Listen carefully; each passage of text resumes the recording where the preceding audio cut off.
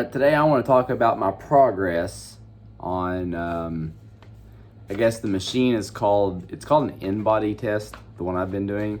So I found a local place that can find out how much of my weight is fat and water and bone mass and all that kind of stuff, and give me my visceral fat ratings and all that. So it's a ton of data.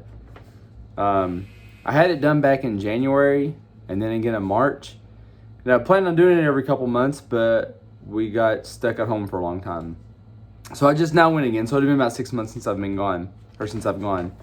But it's basically this machine. You stand on it, you hold your arms out, and you hold these two handles, and hold your arms out, and it sends stuff through your body and gets all kinds of good data. I'm not going to show, well, yeah, I'll show you the September one. I've made some number notes on it and stuff too, but I'll show you kind of what you get. You get this test, and there's all kinds of data everywhere. And some of this, I've got it all on a spreadsheet. I'm going to show you and break down each section of this, but I have my results from all 3 times, and I got it all in a spreadsheet and everything, right? All right, so this first section I'm going to show you is body composition analysis. Kind of what this shows is, first it shows intercellular water and extracellular water. So that's just going to tell you how much body is inside your cells and how much body is outside your cells. Total body water is an approximation of muscle as water is stored in your muscle. The dry lean mass that's shown here is your bone, and muscle plus the bone, it basically is your lean body mass, which is everything in you but the fat, which that's then shown as well to show your fat. It's the lean body mass is actually interesting. So you can take that number when you're first starting out, you can take your lean body mass and multiply it by 0.8 and get kind of a good estimation of where you might want to start on protein, how much protein you want to eat. So if you look at my numbers, my water has gone down slightly over this time in both cases, which means my dry lean mass, it's only gone down like 1.3 pounds over 8+ months. My total weight in this time has gone down 30 pounds.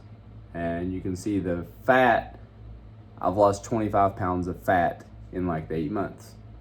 So I'm pretty happy with that, right? But also here is kind of how it looks on the sheet. It's the way it's broken down so that you can see what's added together to get the different amounts. But this is just basically a breakdown of your body composition, what's fat, what's muscle, what's bone, as far as your total weight goes. All right, this next section is the muscle and fat analysis. So this shows some charts. So I have to show you this in the charts somewhere here, but also show you my data from all 3 times. But my data doesn't have the charts. And the charts kind of show you if you're in the normal area of somebody that's the same age and height as you, or it shows you if you're above or below in all these categories.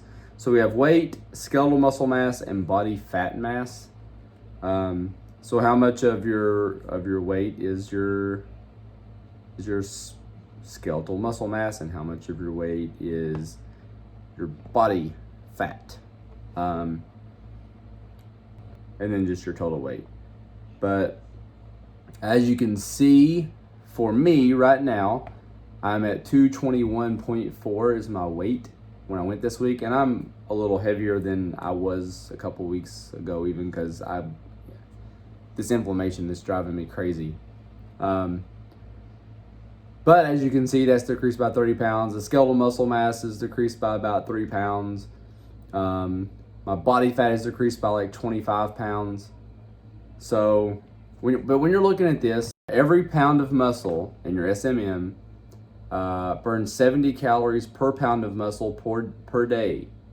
And it will also increase your metabolism because you're burning more fat. But as you can see, my skeletal muscle mass is pretty much at the top of the average range, and you don't want that to be lower, right? I don't want that to keep going down. And this number, where it's at 80.5 now, I don't want it to go lower, or definitely not much lower. I'm going to start eating more protein to try to keep that from going lower. We'll see if that helps next time I get this tested. My weight and my body fat mass, as you can see, are still up. They're elevated. So obviously I still need to lose more fat. I still need to lose more weight, at least according to this. All right, in this next section, the obesity analysis, that's going to show our BMI and our percent of body fat. BMI, we all know that lots of places use this, and they use it to assess risks when you're getting stuff like health insurance and life insurance and all that stuff. They use the BMI.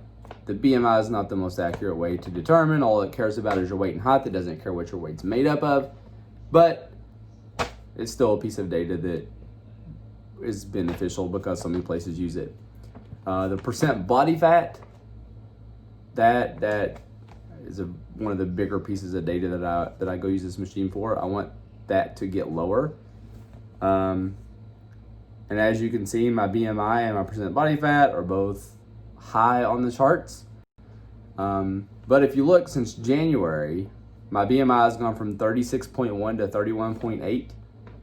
And my percent body fat has gone from 39% to 33%. So that's pretty significant, I believe. So I gotta keep that going. Don't wanna let up now, but I'm showing a lot of improvement in that. All right, this next section I'm gonna show you here. This is a segmental lean analysis. So this is how much muscle, bone, that kind of thing you have. Shows you how many pounds of muscle, I guess, is in each segment of your body. Right arm, left arm, trunk, right leg, left leg, all that kind of stuff. And you can use this to kind of determine how you want to work out. If you're not doing good in muscle in one area, work on that area. It can also show you how well you're doing for rehabbing an injury. If you got a sore a leg or anything. And as you can see on this, on the chart, everything is pretty much right in the middle where it needs to be. Nothing's on the high end, nothing's on the low end, except my legs. I apparently have more muscle in my legs than normal, than the average, whatever. But I've always had that. My legs are strong, plus they're also kind of inflamed, which may lead to that being a little bit higher too. The percentages on these, I got some typos up there. The stuff that say 1% and 1.04%, those should say 100%, 104%, that kind of thing. I fixed it on my sheet already, but I don't have it fixed there. If I decided to go back and fix it, then it'll be fixed here, but I don't know if I'm gonna have time because I want to get this video out. But if you'll notice, my weight or my muscle in my arms and in my trunk and in my legs, they've all pretty much gone down some. My left leg has actually gone up. But those percentages, you're wanting those percentages to all be close to 100 for the support. All right, this next section, the ECW/TBW, extracellular water divided by total body water.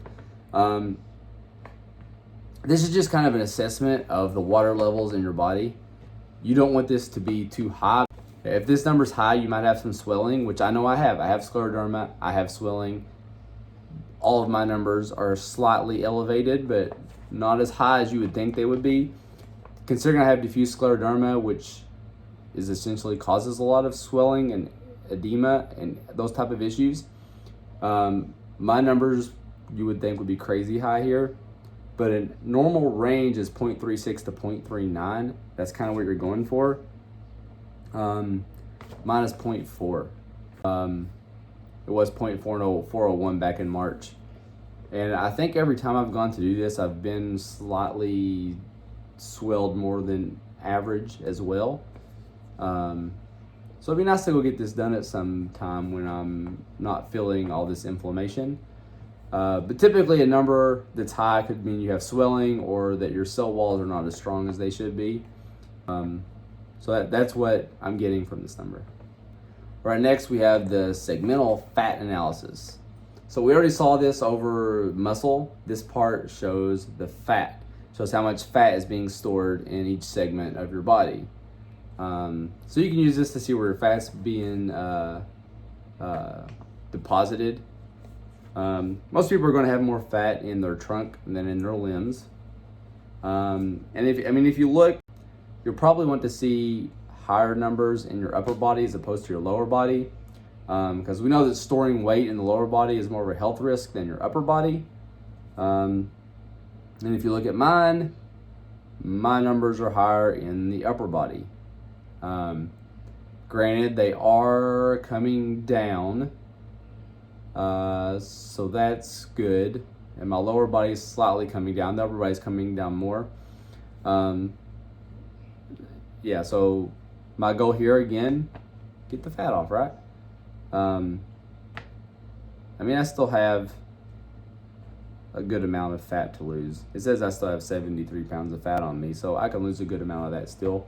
And that's going to make these numbers come down and be better and that kind of thing. All right, this next section is your basal metabolic rate, BMR.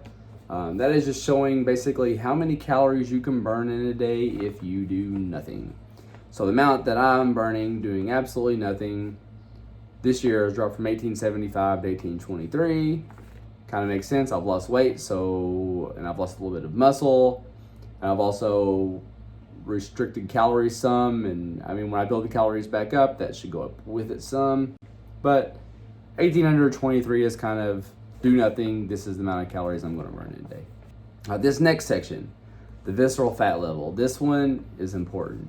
This is one that I've been concerned about. This is one I'm trying to take care of.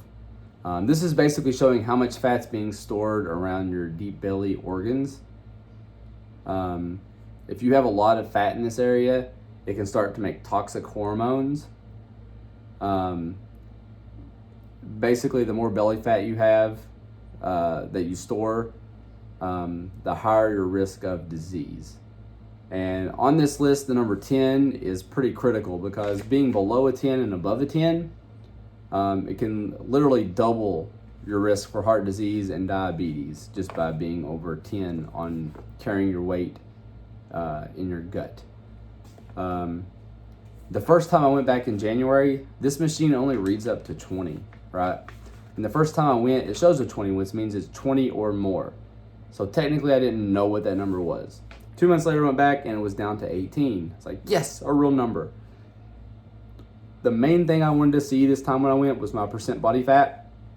I wanted to see a good drop there, but I also wanted to see this number go down again. I'm trying to get this number under 10. I don't want it there, but I know I still carry a lot of weight in my gut. But as you can see, it's dropped to 14. So that's great. A few more months, maybe I'll have it down to where it needs to be. This next section is a skeletal muscle index. This is basically just showing the proportion of your skeletal muscle per your height. Mine's been 9 to 9.3 this whole time. I can't seem to find anything to tell me what this number is supposed to be, like what you expect it to be. So I don't really know. I will tell you this, that it is it's just dividing the lean muscle mass by your height squared. So not sure what this number is supposed to be. And then there's some other numbers on here, but there's nothing explaining what they mean that I can find anywhere, except for the body fat to lean fat, the amount you can lose. Like for example, it says my lean body mass, I have 0 pounds left to lose. I shouldn't be losing any more lean muscle mass, which is why I'm upping my protein. But it says I should lose about 47 more pounds of fat still.